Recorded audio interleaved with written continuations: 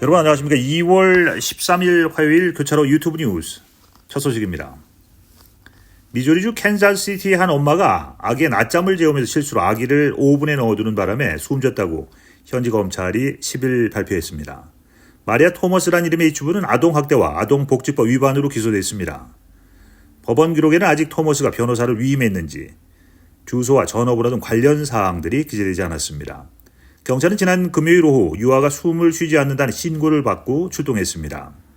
추정 원인은 진술서에 따르면 대응팀은 아이가 화상을 입은 것으로 확인됐다고 밝혔습니다. 아이는 현장에서 숨진 채 발견됐습니다. 경찰은 목격자로부터 어머니가 아이를 낮잠에 들게 한 후 눕힌 뒤에 실수로 아기를 오븐에 넣었다는 말을 들었다고 밝혔습니다. 하지만 그 진술만으로는 어떻게 해서 그런 실수가 일어날 수 있었는지 원인이 설명되지 않는다고 경찰은 밝혔습니다.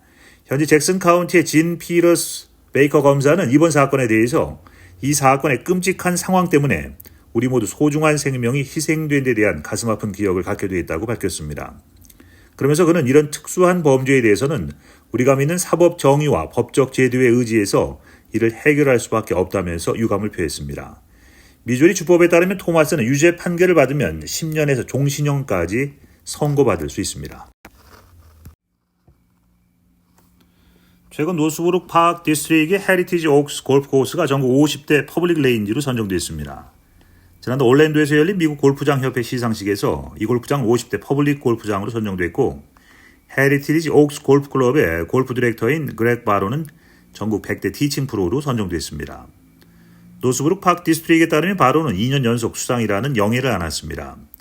바로는 성명에서 이 성과는 우리 팀원 개개인의 노력과 헌신, 혁신의 증거라고 말했습니다. 또한 그는 GRAA의 인정을 받게 돼서 영광이며 이번 성과로 시카고 지역과 업계에서 리더로서 입지를 더욱 강화할 수 있을 것이라고 확신한다고 덧붙였습니다. 노스브룩의 3535 던디로드에 위치한 헤리티지 옥스 골프클럽은 클래식 18홀과 레거시 9홀로 구성된 27홀의 골프장과 함께 트랙맨 기술을 갖춘 6에이커 규모의 야외 연습장, 10,000스퀘어피트의 퍼딩 그린, 그린사이드 벙커가 있는 숏게임 연습장, 2개의 실내 골프 시뮬레이터, 골프 아카데미를 갖추고 있습니다.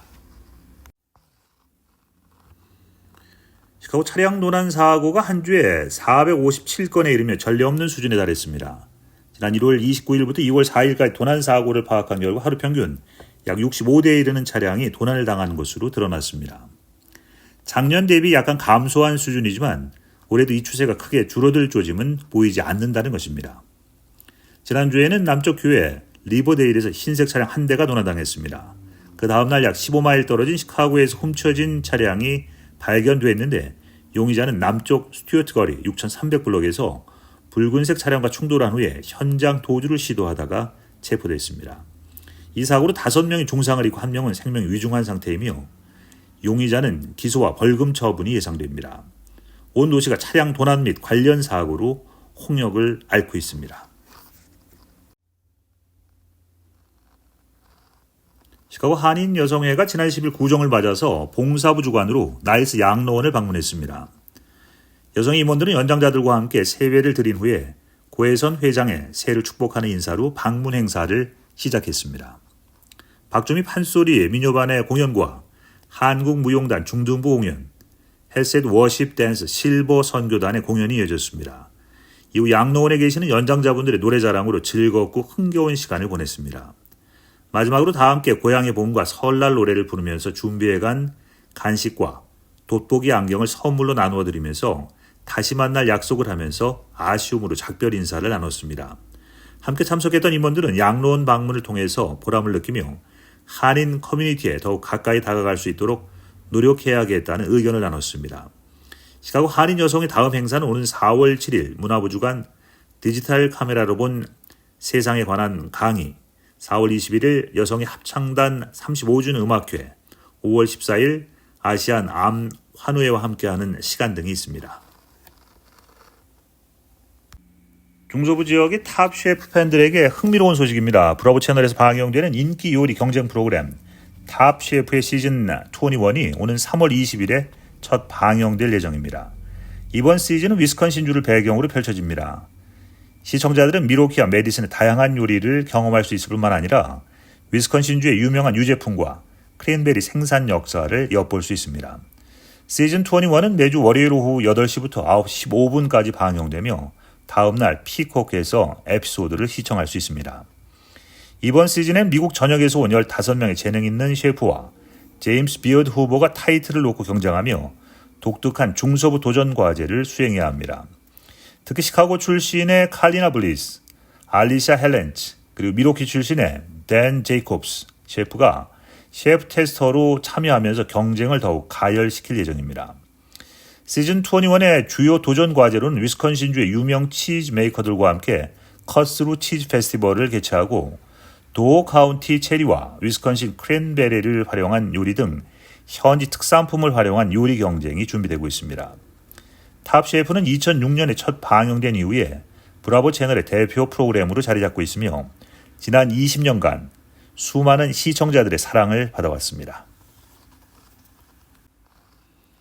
지난 11일 네바다주 라스베가스 얼리전트 스타디움에서 열린 제58회 슈퍼볼에서 캔자스시티 칩스가 샌프란시스코 49어스의 25대 22로 역전승을 거두면서 프로풋볼 챔피언에 올랐습니다. 칩스의 이번 우승은 제39회 슈퍼볼에서 뉴 잉글랜드 패트리어츠가 달성한 업적 이후 19년 만에 탄생한 2회 연속 우승입니다. 이번 경기는 비록 기록된 점수는 낮았지만 정규 시간이 끝나고 두 번째 연장전으로 갈 만큼 기억에 남는 경기였습니다. 네 번의 슈퍼볼 출전 모두에서 두 자릿수를 기록한 패트릭 마홈즈는 게임 우승 터치다운을 이끌면서 MVP를 거머쥐었습니다. 스포츠계는 큰 승리를 거둔 후에 우승을 차지한 이들에게 칭찬을 아끼지 않았으며 많은 유명 인사들 역시 소셜미디어를 통해서 게임에 대해서 칭송했습니다. 한편 유명 가수 테일러 스위프트가 그녀의 남자친구인 칩스의 트래비스 켈스를 응원하기 위해서 전날인 11일 오후 도쿄에서 있었던 에라스 투어 콘서트 직후에 즉시 라스베가스로 날아와서 화제가 됐습니다.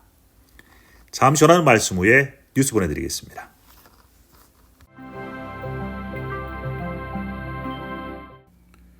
마라톤 세계 기록 보유자인 케냐의 캘빈 킴텀이 지난 일요일 밤 11시경 그의 루안다 코치 게르바이스와 함께 차 사고로 사망했다고 케냐의 동료 선수인 밀카 치모스가 밝혔습니다.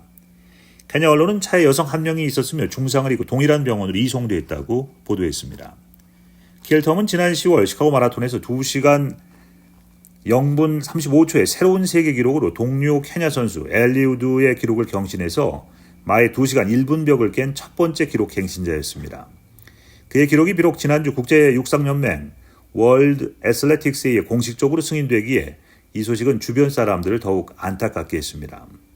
뱅크 오브 아메리카 시카고 마라톤의 경기 이사장 캐리 핀 코스키는 우리는 캘빈 킵텀의 최근 사망 소식에 충격과 슬픔을 느낀다면서 캘빈은 그의 경력 전설로 남을 대단한 선수로 한 세대에 한 번 나오는 선수였고 그의 위대한 업적이 아직도 많이 남았을 것에 대해 의심의 여지가 없다라면서 애도에 동참했습니다.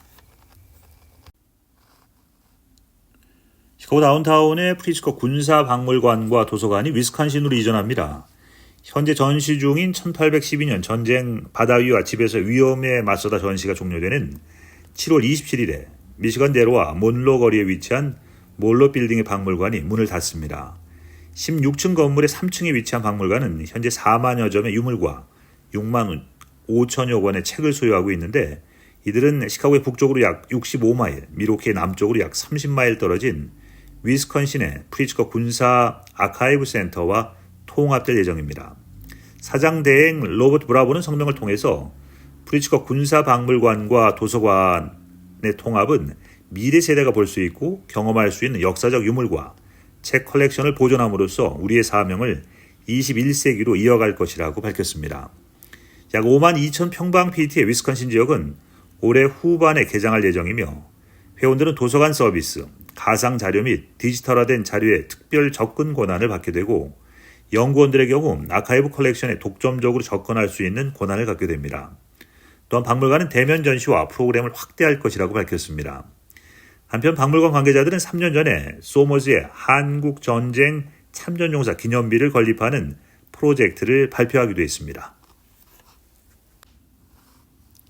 텍사스주 휴스턴의 레이우드 교회에서 예배를 앞둔 일요일 낮에 총격이 발생해서 어린이를 포함한 2명이 부상당했다고 휴스턴 경찰이 밝혔습니다. 텍사주 휴스턴 경찰국에 따르면 이날 오후 휴스턴 남서부 레이구드 교회에서 긴 소총으로 무장하고 트렌치 코트를 입은 30대 여성이 어린아이와 함께 조엘 오스틴 목사의 레이구드 교회에 들어가서 총을 쏘기 시작했습니다. 이 사고는 2명이 다쳤으며 총격범은 현장에서 사살됐습니다. 휴스턴 경찰과 텍사스 주류위원회 소속 요원 등 비번인 2명의 법 집행관이 이 여성과 총격전을 벌였고 여성은 현장에서 사살됐다고 경찰은 밝혔습니다. 휴스턴 경찰국장에 따르면 여성은 대략 30에서 35세 정도였으며 사건은 오후 2시 직전에 벌어졌다고 밝혔습니다. 또한 그는 안타깝게도 여성과 동행한 5살짜리 어린이가 총에 맞아 지역병원으로 이송됐지만 중태에 빠졌다라고 말하고 누가 아이에게 총을 쏘았는지 총격범과 아이의 관계가 어떻게 되는지는 불분명하다고 덧붙였습니다. 경찰은 이 여성이 교전 중 폭탄이 있다고 협박했지만 당국이 그녀의 차량과 그녀가 메고 있던 배낭을 수색했지만 폭발물은 발견되지 않았습니다. 이 사건으로 관련이 없는 57세 남성이 다리에 총을 맞아 병원에서 치료를 받고 있으며 여성과 동행한 아이는 위독한 상태라고 경찰은 전했습니다. 현장에 있던 교인들은 이날 오후 2시에 예정된 예배를 기다리던 중 여러 발의 총성이 들려서 모두 서둘러 대피한 것으로 알려졌습니다. 이날 사고는 기자회견에서 오스틴 목사는 총격 사건이 예배 전에 일어났다고 말하며 사건 발생 시점이 추가 부상과 피해를 막는 데 도움이 된 것 같다고 말했습니다. 조엘 오스틴 목사가 이끄는 레이크우드 교회는 미국 전체 교회 중 3번째로 큰 규모로 매주 4만 5천 명이 예배에 참석하며 그의 TV 설교는 약 100개국에서 방송되고 있습니다. 비트코인이 최근 상승세를 이어가면서 12일 5만 달러를 돌파했습니다. 비트코인은 12일 오전 5만 90달러에 거래되면서 26개월 만에 최고가를 기록했습니다. 비트코인은 최근 한 달간 그레이스케일 비트코인 상장 지수펀드에서 대규모 자금이 유출되면서 투자 심리가 위축됐지만 자금 유출이 완만해지고 유입도 증가하면서 회복세를 보이고 있습니다. CNBC에 따르면 비트코인은 현물 상장 지수펀드 승인 이후 가파른 하락세를 보인 뒤에 최근 다시 상승세로 돌아섰습니다. 비트코인 가격은 지난해 4분기 60% 가까이 상승해서 4만 2천 달러를 넘겨서 새해를 맞았습니다. 이상 오늘 준비한 교차로 유튜브 뉴스 여기까지입니다. 시청해주신 여러분 고맙습니다.